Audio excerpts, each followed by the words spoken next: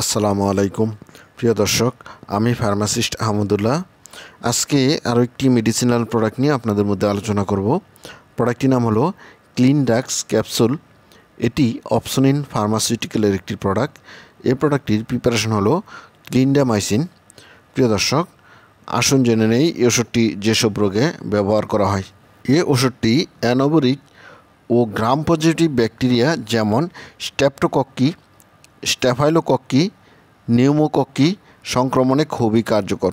Upper respiratory tract ইনফেকশনে এই ওষুধটি ব্যবহার করা হয়, অর্থাৎ উপরিভাগের শ্বাসনালীতে যে ইনফেকশন হয় সেই ইনফেকশনে ব্যবহার করা হয়।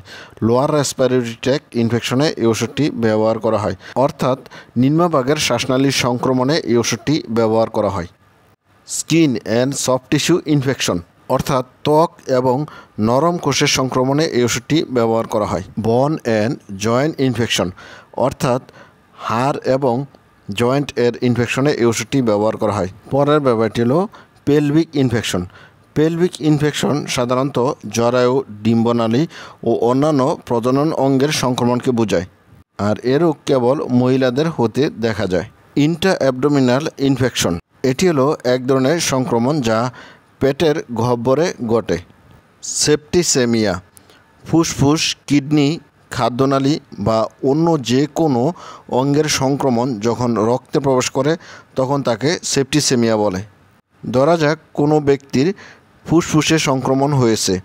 সাধারণত ফুসফুসের সংক্রমণ বলতে নিউমোনিয়াকে বোঝানো হয়। এবার ফুসফুসের সংক্রমণে যদি রক্ত প্রবেশ করে তখন তাকে সেপ্টিসেমিয়া বলে। এন্ডোকার্ডাইটিস, হৃৎপিণ্ডের চেম্বার এবং ভালভের সবচেয়ে ভিতরের আস্তরণের একটি গুরুতর এবং সম্ভাব্য প্রাণঘাতী প্রদাহ যা এন্ডোকার্ডিয়াম নামে পরিচিত। এই অবস্থানটি সাধারণত ঘটে যখন ব্যাকটেরিয়া রক্ত সঞ্চালনে প্রবেশ করে এবং হৃৎপিণ্ডের ক্ষতিগ্রস্ত স্থানে সংযুক্ত করে। এছাড়া ডেন্টাল ইনফেকশনও এই ওষুধটি ব্যবহার করা হয়। প্রিয় দর্শক, এবার আসুন জেনে নেই এই ওষুধের ডোজ বা খাবার নিয়ম সম্বন্ধে। তীব্র সংক্রমণে এই ওষুধটি 6 ঘন্টা পর পর খেতে হয়। ক্যাপসুল গ্রহণ করার পর 1 গ্লাস পানি পান করলে অন্ননালীর জ্বালা হতে মুক্তি পাওয়া যায়। প্রিয় দর্শক, এই ওষুধটি কেবলমাত্র রেজিস্টার্ড চিকিৎসকের পরামর্শ অনুযায়ী খাবেন। একজন রেজিস্টার্ড চিকিৎসকই রোগের অবস্থা বুঝে এই ওষুধটি আপনাকে প্রেসক্রিপশন করে থাকেন। প্রিয় দর্শক, এবার আসুন জেনে নেই এই ওষুধের সাইড ইফেক্ট বা পার্শ্ব প্রতিক্রিয়া সম্বন্ধে। এই ওষুধের সাইড ইফেক্টের মধ্যে রয়েছে পেট ব্যথা, অন্ননালীর প্রদাহ, অন্ননালীর আলসার, বমি বমি ভাব, বমি, ডায়রিয়া, পোরাইটিস, স্কিন র্যাশ, আর্টিকেরিয়া ইত্যাদি। প্রিয় দর্শক, এবার আসুন জেনে নেই এই ওষুধের প্রেগনেন্সি ক্যাটাগরি। এই ওষুধের প্রেগনেন্সি ক্যাটাগরি হলো বি। এই ওষুধটি মানবদেহের প্লাসেন্টা অতিক্রম করে। অ্যামনিওটিক ফ্লুইডে এই ওষুধের মাত্রা মায়ের মাত্রার 30%।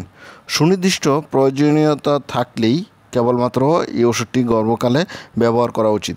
মাতৃদুগ্ধে এই ওষুধটির উপস্থিতির তথ্য পাওয়া গেছে, সুতরাং স্তন্যদানকালে এই ওষুধটির সুনির্দিষ্ট প্রয়োজনীয়তা না থাকলে নির্দেশিত নয়।